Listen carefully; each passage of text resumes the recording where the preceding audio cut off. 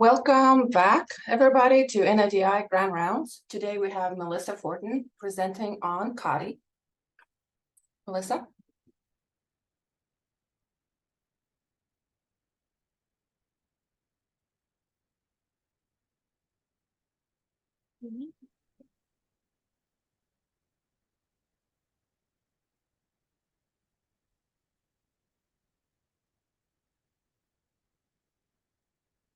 Hi, can you hear me? Yes. Perfect. Well, my name is, again, Melissa Forton. I'm one of the nurse practitioners at the Norton Infectious Diseases Institute. And today I'll be talking about catheter-associated urinary tract infections, which we commonly call CAUTI, and I'll probably refer to as CAUTI for the rest of the presentation. Funding was provided by the Kentucky Department for Public Health. I have no financial interest to disclose, and there was no commercial support provided. By the end of the presentation, I would be able to expect you to be able to review the elements of aseptic technique important in the prevention of the transmission of uropathogens, describe circumstances appropriate for the use of indwelling urinary catheters, along with alternatives to catheters, and demonstrate indwelling catheter maintenance guidelines in order to prevent uropathogen transmission. So we start out with just what is a urinary tract infection. And as you can see, the urinary tract infection can occur anywhere inside the urinary tract, but most often it's in the bladder or starts in the bladder. A lot of times the bacteria that we find in a UTI are bacteria that live kind of in or on our body typically, but just have made their way into the bladder, causing an infection. And if we don't identify or treat appropriately, that infection in the bladder can ascend up the ureter and cause an infection in the kidneys, which we call pyelonephritis. So for a UTI to be considered a CAUTI, you have to meet certain criteria. First, the patient has to have had an indwelling catheter in place for 2 consecutive days or more, with the day of the device placement being day 1. And it has to be in place either on the day that the patient begins to develop symptoms or the day before. It has to have been removed in place. It has to be either in place or removed the day before symptoms started. The patient needs to have a urine culture with at least 1 bacterium of over 100,000 colony-forming units, and then at least 1 of the following signs: a fever, which is 38 degrees Celsius or more, suprapubic tenderness or CVA tenderness without any other recognizable cause. And then the symptoms that we often see with a UTI are urinary urgency, frequency, and dysuria. And it's tough to use these symptoms when a catheter is already in place. So if the patient has a catheter in place, it already is a little bit uncomfortable, and they may be complaining of urgency and frequency and some discomfort, of course. Even though the urine is being drained continuously, they may have that sensation and be telling you that they feel like they need to pee. So it's tough to use these particular signs and symptoms while the catheter is in place. But if the catheter has been removed and the patient develops these symptoms or continues to complain of those symptoms, then we want to worry about an infection. So let's go through just a few samples here and see if these qualify as CAUTI. So this patient was admitted to the hospital on Monday and had an indwelling catheter placed. It was removed the next day on Tuesday, and on Thursday he began to complain of burning with urination. The culture revealed E. coli, and the primary physician began treatment with an antibiotic. Does this patient's UTI meet CAUTI criteria? And the answer here is no. This catheter was in place for less than 48 hours, and his symptoms began 24 hours or more after the catheter was removed. This patient was incontinent and had a urinary catheter placed to allow a wound to heal. It's been in place for 5 days, and the bedside nurse noted that the urine looked very dark, so she obtained a urine culture, which showed 1,000 colony-forming units of gram-negative rods. The patient doesn't have any pain or discomfort. Is this a CAUTI? And in this case, it is not a CAUTI. Miss Liza is not suffering any symptoms of a urinary tract infection, and the number of bacteria doesn't meet the requirement for CAUTI. And this patient was admitted in critical condition and had an indwelling catheter placed.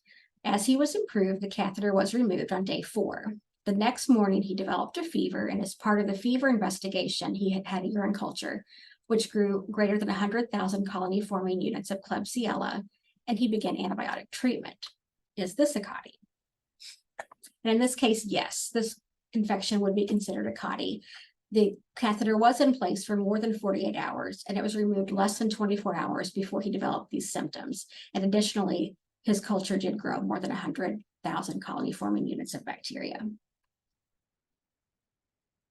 So how often are these? Well, CAUTIs are one of the most common types of hospital-acquired infections. And about 75% of the UTIs that develop during hospitalization are associated with an indwelling urinary catheter. I've seen some varying statistics, but it sounds like about 15% of hospitalized patients have an indwelling catheter placed at some point during hospitalization. And about 5% of residents in long-term care facilities use indwelling catheters. With the indwelling catheter in place, the daily risk of acquiring an infection is 3 to 7%. And Leapfrog noted in 2022 that compared to the previous year, the CAUTI infection ratio increased by 19%. So CAUTIs are unfortunately more common than we would like them to be, and it doesn't seem like we're getting them any less frequently. And the risk, of course, for the patient suffering infection is going to be pain and discomfort. They're going to need antibiotic treatment, which can, of course, lead to antibiotic resistance. And then some of those risks and side effects that are associated with antibiotic use, which yeast infections, diarrhea, and the development of things like C. diff. This can cause prolonged hospitalization, increased medical care costs, increased mortality. And patients with a urinary tract infection put the patient at risk for bacteremia and sepsis. CAUTI is the leading cause of secondary hospital-acquired bloodstream infections, which have a mortality rate of about 10%. And then regarding institutions, whether it's a hospital, a rehab facility, long-term care facility, there are also costs. So any costs associated with a healthcare-acquired infection, including CAUTI, have to be absorbed by the institution. And on average, a CAUTI will cost the institution about $14,000. It will increase the length of stay, which means fewer beds for new patients, which isn't always a problem, but we do see this during periods of high census when we have patients that are boarding in the ER because there are no beds in the hospital, which is really not ideal for the patient or for the staff members. And then, of course, as I mentioned, increased use of antibiotics, which is going to give us more antibiotic resistance and then those risks of secondary issues. Some factors that contribute to the development of CAUTI are failing to perform appropriate hand hygiene before handling the catheter, any breaks in the closed system, contamination of the bag or tubing, not using aseptic or sterile technique when the catheter is inserted, having the collection bag raised above the level of the bladder, not having the catheter secured to the body, and of course, anytime the catheter is left in place longer than necessary. Patients actually have some risk factors, and if you work in a long-term care facility or an adult hospital, you'll see that many of your patients have multiple risk factors. Those include being 50 or older, patients who are not able to completely empty the bladder, having incontinence or poor hygiene, patients with diabetes or sickle cell anemia, patients who have limited or immobility, dehydration, bacterial colonization, and a history of urinary tract infections. This is also more common in women than men. So what we want to do, if we can, is to just avoid placing indwelling catheters. Make sure that the patient meets the criteria for placement, and you want to avoid or remove policies or practices that include automatic catheter placement. Catheters are truly helpful in many cases, and they relieve patient discomfort, but we just need to be very, very conscious about why we're placing it. So appropriate and inappropriate uses for catheters. So appropriate indications would be for acute urinary retention or obstruction, if we need to very accurately measure the output of a critically ill patient, perioperative use in some surgeries, to assist with healing of wounds in the sacral or perineal area, for hospice palliative comfort care, and patients that require immobilization after a surgery or trauma. The inappropriate uses would be incontinence. Incontinence is not a reason to put a catheter in a patient. It prolonged post-operative duration without an appropriate indication, or we shouldn't place one in a patient who is able to voluntarily give us a urine sample if we need one. And there are a lot of alternatives to indwelling catheters. And if you've ever worked at the bedside, these are all familiar to you. We have external catheters, intermittent straight cath, incontinence supplies, bedside commodes, urinal scanners, and toileting protocols. The external catheter products, some of them are like a wicking system that use low wall suction to gently pull urine away from the skin, and others drain urine by gravity. Many patients use incontinence pads or undergarments, which they would often will prefer to use rather than being cathed. And some patients that, especially with mobility issues, bedside commodes, urinals, and bedpans help the patient use the toilet when they're not able to walk to a bathroom. And toileting protocols. These are sometimes started in an acute care hospital, but they are continued at less acute facilities or at home. And they help patients begin to use the toilet on their own. For a variety of reasons, patients may have had accidents or significant surgeries, and they're not able to or used to toileting independently. And much like what we do with children, when we teach them to use the toilet, we put them on a schedule. So we usually start with pretty frequent trips to the bathroom. Even if they don't feel like they need to go, we go and have them sit. The idea, of course, being that as accidents decrease, that time between toilet trips can increase until we find that sweet spot. So some patients may need to go to the restroom every 2 or 3 hours, and others may be able to have a longer break in between. But it's also important that the patient has all the assistance that they need to get to the toilet. So that may mean physical therapy, helping with endurance and strength, making sure that the patient has any tools that they need. So potentially walkers, canes, elevated toilet seats, grab bars. Patients that are not able to ambulate far can use a bedside toilet. And of course, patients who are not able to get out of bed can use things like urinals and bedpans. Bladder scanners are very quick and easy, a very painless way to just determine how much urine is in the bladder. These are often used in conjunction with straight caths. So the patient can sometimes void. You can use the bladder scanner to check any residual urine to determine if they're emptying their bladder completely, or this may be a patient who hasn't gone in a while, says they don't need to go, and you can look and see that perhaps there is a lot of urine in there and you do need to prompt them to use the toilet. And then, of course, the straight cath, which I've mentioned, these are also used similar to an indwelling catheter. They're used septically or use aseptic technique or sterile technique, and they are left in just long enough to drain the bladder. So if you've gone through all of this, you determine the patient, in fact, needs an indwelling catheter, you need to make sure that it's placed using, again, sterile or aseptic technique. And asepsis really means getting the microbial count down as low as it can go. And one of the principles is keeping everything that's clean, dirty, and sterile separate. Make sure that your sterile technique when you put on and wear your sterile gloves, that everything on the sterile field should be sterile. If you have to add things, that should be opened and transferred onto the table in a way that maintains sterility. It should be continuously monitored. There shouldn't be any situation where you prepare a sterile field and you leave the room or turn your back. You shouldn't put any trash or any of that dirty stuff near the sterile field. And anytime any part of the sterile field becomes contaminated, the entire field is considered contaminated. And often the kits needed have all the supplies that you need, but you'll need to read the label to make sure that it has what you do need. And because of the time constraints, I'm not going to talk about placing it, but it is very easy to make mistakes, especially when you're rushed.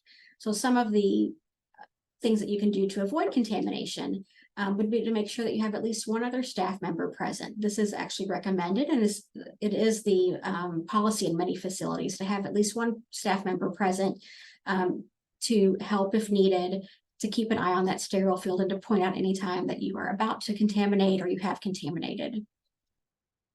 If ensuring that patients able to cooperate. If they're not, then I've worked with children primarily, so I know that I certainly am used to patients not being able to cooperate.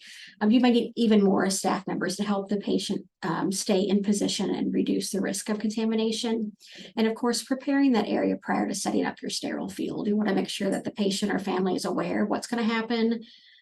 Get your bedside table or tray, clean that off, and then contaminate it. Sterilize it before you set up your sterile field. And then, of course, once your catheter is in place, you want to maintain that appropriately.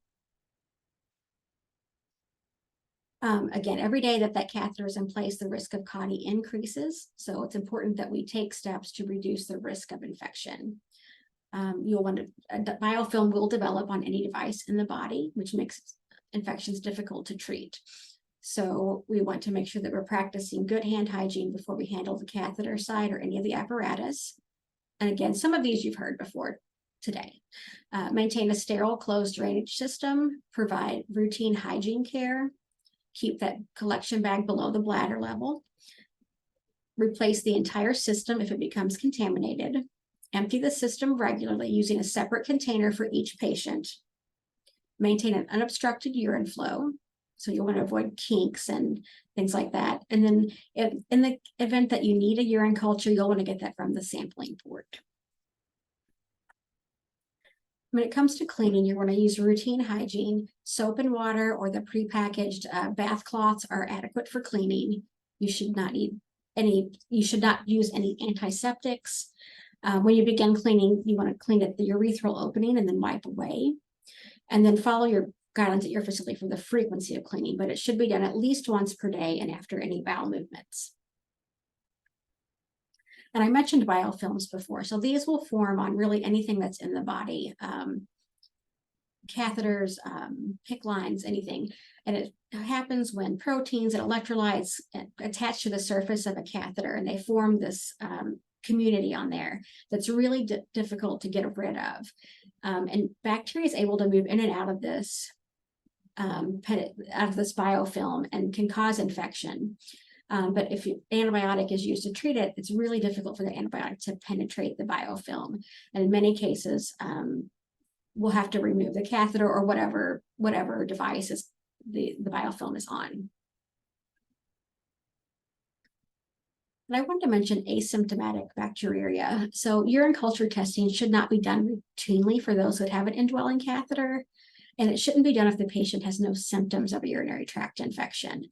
I know that often people will say the color or the smell makes one worry that there is a UTI. However, the smell, the odor, the color is not really sensitive or specific enough to warrant a urine culture. And nearly all patients or residents that have long-term catheter use have bacterial colonization. So anytime you do a culture, you're going to have bacteria. Urine is not sterile. When I was younger, when I was in nursing school, I was always taught that urine is sterile. Urine is not sterile. So it would not be unusual to find bacteria. What happens then is that you found bacteria and you're kind of obligated to treat a UTI, or at least the physicians feel that they're obligated to treat this. And then again, we have these issues with antibiotic resistance. And treatment of asymptomatic bacteria is the leading cause of antibiotic overuse in long-term care facilities. Other recommendations that you should not change catheters at routine intervals. You should not use prophylactic antibiotics. You don't need to use any urinary antiseptic, which I mentioned before. You don't want to scrub the urethral opening with chlorhexidine, something like that. Routine bladder irrigation with antimicrobials is not recommended. Routine irrigation isn't recommended. And adding antimicrobial solution to the urinary bag is also not recommended. So I want to look over the next few pictures and see if you can identify the error, how that might impact patient health. So with everything that I know, my instinct is still to grab these two pieces and put them back together. But we can't do that. We have to assume that now that there's a break in the closed system, we have to assume at this point that we have bacteria, on the way to the bladder as we speak. So we would need to remove this catheter. If the patient requires one, we'd have to replace it. The collection bag should never be on the floor. No matter how often or how well that floor is cleaned, we have to assume that it is very dirty. And again, the bag should be below the level of the bladder, but it should not ever touch the floor. In this case, when emptying the collection bag, we've touched the spout to the urinal. The urinal we have, obviously is dirty. So we've just kind of contaminated our bag here. In this case, the catheter isn't secured, or it may have been secured and become unsecured. When this happens, it's really easy for this tubing to get tugged, get caught on something, and can cause urethral trauma. So not only is that really painful for the patient, that inflammation and injury will increase the risk of developing an infection. And here we see a dependent loop. Urine will collect in those loops, and it doesn't drain into the collection bag, and then urine becomes trapped, and it's really difficult at that point for the urine to drain from the bladder. And again, any urine samples should be taken from the sampling port, which is that little blue spot on the tubing there. And it's important if you do need to get a urine sample, that you thoroughly cleanse that area so that you don't introduce any bacteria into the bladder. Oh, and I wanted to point out that some facilities do require that when a urine culture is obtained from a catheter, from an indwelling catheter, that catheter needs to be removed and replaced prior to the sample being obtained. So just refer to your policies at your facility. Now, this photo shows an improperly cleaned port. So as you can see, that kind of lit up there, that orange color, the port was not properly cleaned, and there's now pathogens not only in the syringe, which is drawing the urine, which can give us a false result from the lab, but we're now introducing pathogens into that tubing, and we're going to put this patient at risk for developing an infection. And then, of course, we need to remove this catheter as soon as possible. Some of the measures that can assist with this is the use of CAUTI bundles, and they can include daily reminders about reviewing the need for an indwelling catheter. If you have used electronic medical records, this can be a reminder for the physician and APPs to discuss it. There's no set criteria for what needs to be included in a bundle. That would be different based on the type of patients that you care for and the type of facility where you work. And also, nurse-driven protocols have been very successful in reducing CAUTI rates. And this allows nurses to remove indwelling catheters when the patient meets predetermined criteria. This really allows nurses to get those removed as soon as possible without trying to hunt down a physician or get orders. Takeaway points for CAUTI: we want to again use only when necessary and remove as soon as possible. Make sure that we use aseptic technique when placing a catheter. Use hand hygiene prior to handling the system. If there's a break in the system, we have to remove that catheter and replace it if the patient still needs it. And the use of bundles and nurse-driven protocols can facilitate process improvement and allow staff to remove catheters as soon as that criteria is met. So this is all I have today. I'm happy to answer any questions that you may have.